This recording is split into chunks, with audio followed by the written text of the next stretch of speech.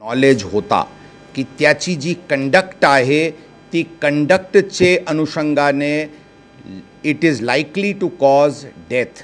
म्हणजे त्यांचे जी कंडक्ट होती जुवेनाइल असणे, एक मोठा साईजचे महाग गाडी ऑटोमॅटिक सारखे गाडीचे ड्रायव्हिंग व्हीलवर बसणे, एका पबमध्ये जाऊन दारू पिणे, नंतर दुसऱ्या पबला जाऊन परत दारू पिणे आणि नंतर एक नॅरो स्ट्रीटवर ज्यावेळी तिथे भरपूर क्राऊड असते, भरपूर रहदारी असते, तिथे भरधाव वेगाने वाहन चालवणे ही त्यांना पूर्ण नॉलेज होती की त्यांचे या कृत्यामुळे ते अशा प्रकारचे जीवितास हानी होऊ शकतो।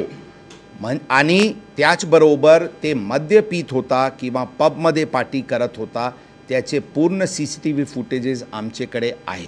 सांगण्याची अर्थ हे आहे की ब्लड रिपोर्ट जे काही आला, ही केस आमची ब्लड रिपोर्टचे पिलरवर अवलंबून नाही है, हे केसची दिशाच डिफरंट आहे, ही सगळ्यांना स्पष्ट करणे गरजेचे आहे।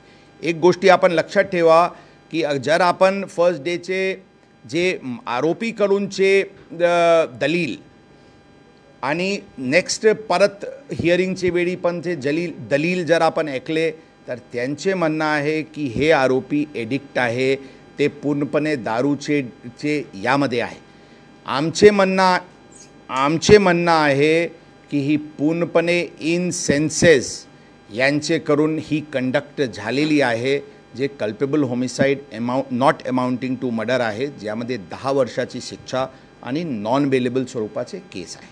सर, या सगळ्या 304च्या कलमाला ब्लड रिपोर्टमुळे जर तो पॉझिटिव्ह आला तर काही धोका पोहोचू शकतो का तुमच्या केसला? याचं कारण 304 मध्ये गंभीर ब्लड रिपोर्ट पुरावा म्हणून वापरतात, 304 मध्ये तुम्हाला हे प्रूव्ह करणं अवघड होईल का? जर ते दारू पिलेले असतील तर ते शुद्धीमध्ये नसल्याचा रिपोर्ट त्यांना फायदेशीर ठरू शकतो कल्पेबल होमिसाइड सेट असाइड करायला?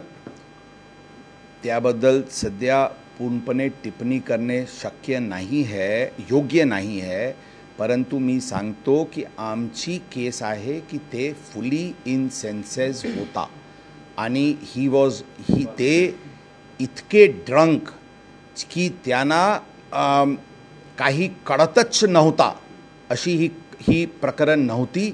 यामध्ये जे कंडक्ट त्यावेळीचे झाला आणि नंतरची जी त्यांची कंडक्ट झाली याचेवर ते फुली इन सेन्सेस होता आणि त्यांना पूर्णपणे नॉलेज होती की त्यांचे कंडक्टमुळे त्यांचे कृत्यामुळे हे गुन्हा 304चे घडू शकते।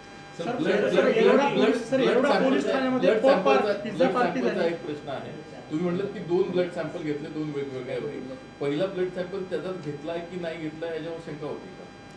फर्स्ट ब्लड सॅम्पल झाली होती, फर्स्ट ब्लड सॅम्पलमध्ये अल्कोहोलचे कंटेंट वगैरेबद्दल विचारणा करण्यात आली होती।